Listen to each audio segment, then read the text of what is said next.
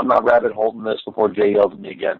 Jay, what is your X factor and keys to victory for the Packers? Well, it's going to have to be, everybody is going to say, oh, this and that. Honestly, my X factor to this game is Aaron Rodgers using mechanics, playing within the confines of the offense, in the damn RPO, throw the damn ball or hand it off. This idea of there were 6 RPOs when I watched film already. 3 of them he did perfectly. 6 of them he ended up in schoolyard ball, either throwing the ball away, throwing the ball behind a guy, dirting it, or taking a sack. Just Aaron Rodgers, honestly, his issue is just him. He just needs to just let go. He's not. There's no offense. This offense is designed to help him. Just trust it. Take the yards that are there. Line up. And I know you're gonna think this is blasphemy because of what you were joking about earlier. He honestly needs to run this offense just like Tom Brady. The only difference is this offense, when he runs it like Tom Brady, it's going to give him the opportunities to give the explosive plays and open up everything in this offense. And until he just submits to taking the short throws, the open throws, the designed, 1-step, 2-step drop throws, the 3 yards, if your receiver makes a move, till he does that, this offense is going to struggle. So my X factor is Aaron Rodgers playing within the confines and acting like he's Tom Brady. Otherwise, this could get ugly, man. Just could. That's why it was so ugly Thursday night. It was really Aaron Rodgers. I like it, but, you did play one of the best defenses in the league, too. I mean, give the Bears a little credit. I give them credit, but here's the problem. The first play of the game, or the first third down of the game, JB, he's got Aaron Jones in the flat, wide open on his left, okay? On his right in the flat is Jimmy Graham. 65 Lane Taylor, 1.2 seconds into the snap, is already beat and on his heels, and he is literally staring at Aaron Jones and the guy already on his heels. And do you know what he does, JB? He holds onto the ball.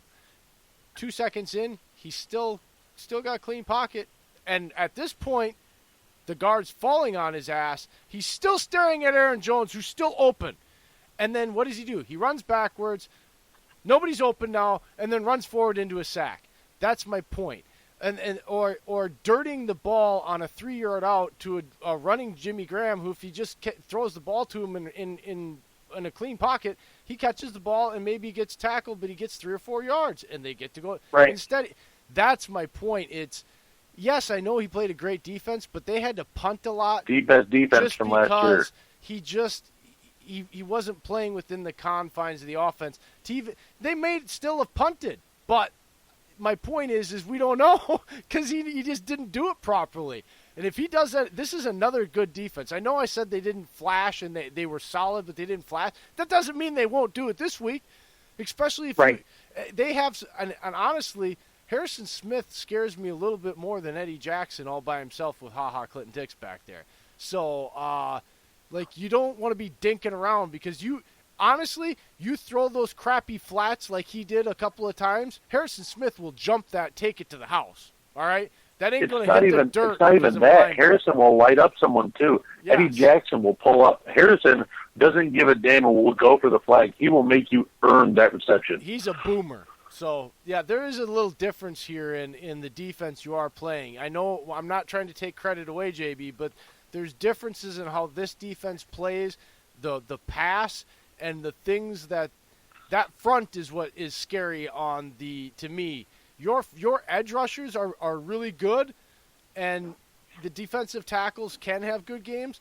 Your secondary is a lot scarier to me than what the Bears offer. That's my opinion. And so those things to me are going to end up being interceptions if he does that kind of crap, whereas the Bears dropped them and all this stuff. Your guys' secondary will pick those off, JB. So that's why I'm so on this about him. He's not going to get away with those stupid throws against your guys' secondary the way he was able to against the Bears. Yeah, unless he finds Trey Wayans, who definitely 2 or 3 times a game either commits a pass interference or lets somebody get behind him. So, watch for that too. Well, I think he'll be facing MBS for the game because I know Rhodes will be on Adams, and that's always a fun battle to watch. Is Adams and Rhodes? God, he's usually held to about 60, 70 yards at that, but he has a touchdown, and it's like Rhodes. Man, they always go after each other, and it's really fun to watch. But it's in a respectful way they go after each other. It's like they talk a little trash. There's nothing going over dirty and nothing. But they really have respect for each other. You can see it. I can see MVS going off in this game, to be honest. If he's up against Wayne, I can see him having a nice game for you guys. Yeah, that wouldn't bother me. He's on my fantasy team. It wouldn't bother me a bit. So I've got one main key for the Packers, and JB kind of mentioned earlier with one player. It's the tight end group as a whole for Green Bay. So one thing I saw with Atlanta, as bad as the game they've had, somehow Austin Hooper, one of my guys I hate on so much, had 9 catches for 77 yards. He always seemed to find the right spot for Ryan to dump the ball out and take it a little for extra yards. Well, last week, I couldn't, like Jay said, LaFleur loves using tight ends, loves using running backs, the gadget players, and last week we had a play where we had 3 tight ends rolling out, and 2 were in line, and Jimmy Graham was busted out in the slot, and man, I think we had 8 or 9 receptions between all of our tight ends, and Mercedes Lewis had 4 of all last season, JB. He had 2 last week, and he said he's excited because of the opportunities that this offense presents for the tight ends to kind of be used with Robert Tonyan, Mercedes Lewis, and Jimmy Graham. And like Jay has been yelling at me all season, yes, we know Jimmy Graham is a tight end, but he has split out as a wide receiver, and he runs like a wide receiver. So when you sit there and have Devontae Adams, MBS, and Jimmy Graham split out wide, and you have Robert Tonyan and Mercedes Lewis in line to block, and they go out for routes, it's like you kind of forget about the extra 2 tight ends. And I think they're going to play a bigger role in this game. That's what scares me a lot. I don't know that we can stop you guys if the tight ends are really heavily involved in the offense. I don't. That's my argument. Is Hooper had a good game. If Hooper can do it, I know our tight ends can do it. Yep. Okay, we're getting long in the tooth, guys, so we want to wrap this up before JB falls asleep. You're long in your teeth. Yeah, well, my teeth can fall out, too, at any point. Well, you know what, final... JB, I'm going to come through and I'm going to go through and ask the final question. I was getting to it, Jay. Don't rush me. So what's the final score, JB? Who wins the game, and who's your MVP? Well, I got to be, I've got to rep my boys here, so. We were expecting it. Well, I mean, I have to. It's what I do. Of course.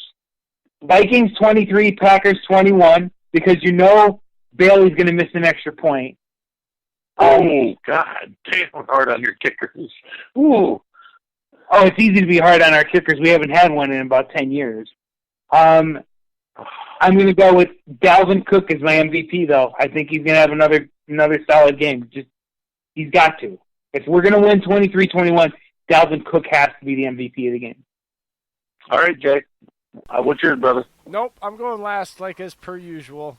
You go first. I'm the host. I am going last. I'm changing the rules. I did it again. You can't change the rules because I have control, so you go. See, I can't say you can't mute me because I know you can. I can't mute you. That's the problem. I know. All right. I'll go next. All right. Well, obviously, yes, I'm homering here a little too, but I think it's going to be a little bit of an odder score. I think, just for the fun of it, I'm going to come out and say I'm going to do 23, and I'm going to give the Vikings 11. 23-11. I think it's going to be a bigger spread than people realize because I just think the interior of the offensive line of the Vikings is just so vulnerable, and after watching the Packers defense finally show pressure on the interior defensive line, on the outside defensive line, and on the outside linebackers, it's just all 3 phases of that front 4 was churning like butter against a very good Bears offensive line. And if they can do that against the Bears' offensive line, I expect the same production or better against the Vikings. And that's why I had the big spread. The MVP, though, is going to Preston Smith. Last week it was the Darius Smith I picked, and I'm going to pick Preston Smith this week, the other Smith brother. All right. Okay. Well, I had a score in my head yesterday, and then I watched tape, and then I've discussed it, and then I listened to your podcast, then I had all day, and then I've had to sit here and listen to this and ponder. And so you finally, were just stewing on this. Yes, I've been thinking about it a lot. I also am ADHD, so whatever. So here's my final score I've come up with after all this conversation and answers. Yeah, squirrel, shut up. 23-16 Packers. And like I said, I believe it's 23-16 because I think it's a field goal fest. I think it's very defensive. I think there ends up being a few turnovers, like I said before, giving you some short fields. I just don't think there's going to be a lot of touchdowns scored here. I think there's going to be a lot of field goals being kicked on both sides. And I was going to say 23-19, JB, but then you brought up the kicker, so I'm saying 16 because I think he's going to have a missed field goal. Oh, God. It's going to piss you off. It's inevitable that a Viking is going to miss a field goal. And I'm not saying that to be a jackass or anything like that. I was really going to say 23-19, and then you said that about the kickers, and I'm like, yeah, it's very viable. And so, yeah, okay, I'm going to knock 3 off because I could see that happen. And I could even see it being 16-20 because Crosby could miss a kick, for God's sake. So I'm not even going to say he's going to be perfect. So. Knock on wood. Shut up. Good Lord, I'm just trying to be realistic here. Hey, guys, the Vikings missed an extra. The Vikings missed an extra point in the very first game in franchise history. They've been missing kicks for the whole history of the team. I actually got a bonus question about that. How mad were you that the Vikings traded a 5th rounder for a kicker and then he came out and just bombed? Follow my Twitter. Oh, did I blow up Twitter that day? I saw him. I already saw the tweet. You were pretty upset, I think.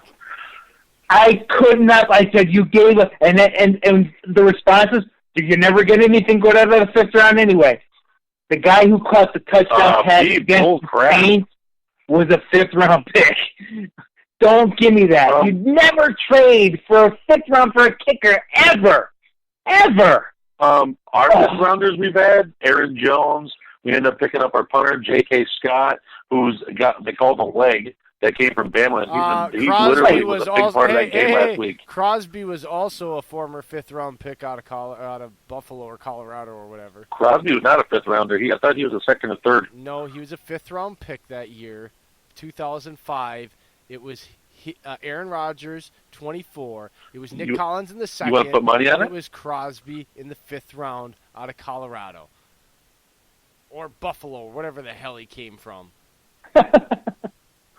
Kari Vedvik for a 5th round pick. And, you got to go get a kicker. I said he was horrible in college. He was a 60% kicker in college. You're going to trade a 5th rounder because he made 4 kicks in 1 preseason game? Or you can punt too. Great. Well, that was great because we only had to cut 1 player to lose a punter and a kicker then. Jay, Crosby was drafted in the 6th round. We were both wrong. Okay, whatever. They probably adjusted that because of the freaking compensatory picks. I watched that draft. I'll have to go in my notebook. He was a 5th round pick. They do that crap all the time. It says it right here. It says they do that stuff all the time. They do that crap all the time. No, they didn't. Because I think he was a compensatory pick. Compensatory? Yeah, because that's in between the rounds, man. So technically, it's not a 5th or 6th round pick. Stop grammatizing my grammatize. Oh, boy. See what I have to deal with, JB? We have too much fun on this show. Anyway, we got to get out of here, seriously. We've kept you for We're going to let you go, brother. Night and 15 days already. We appreciate you. We appreciate you coming on. And yes, making the time for us. We want to talk it was a lot of fun, guys. Yeah, we would like to talk to you for just a couple minutes after we get off air, though, because we got a little scenario we'd like to present to you, though, too. But we do appreciate you. Why don't you tell everybody all your plugs about how to get a hold of you on social media one more time before we cut off here? All right, no problem. Hey, if you want to follow me on social media, Mike Zimmer's Ears. The handle has done me well. I love that Twitter name. Please follow it.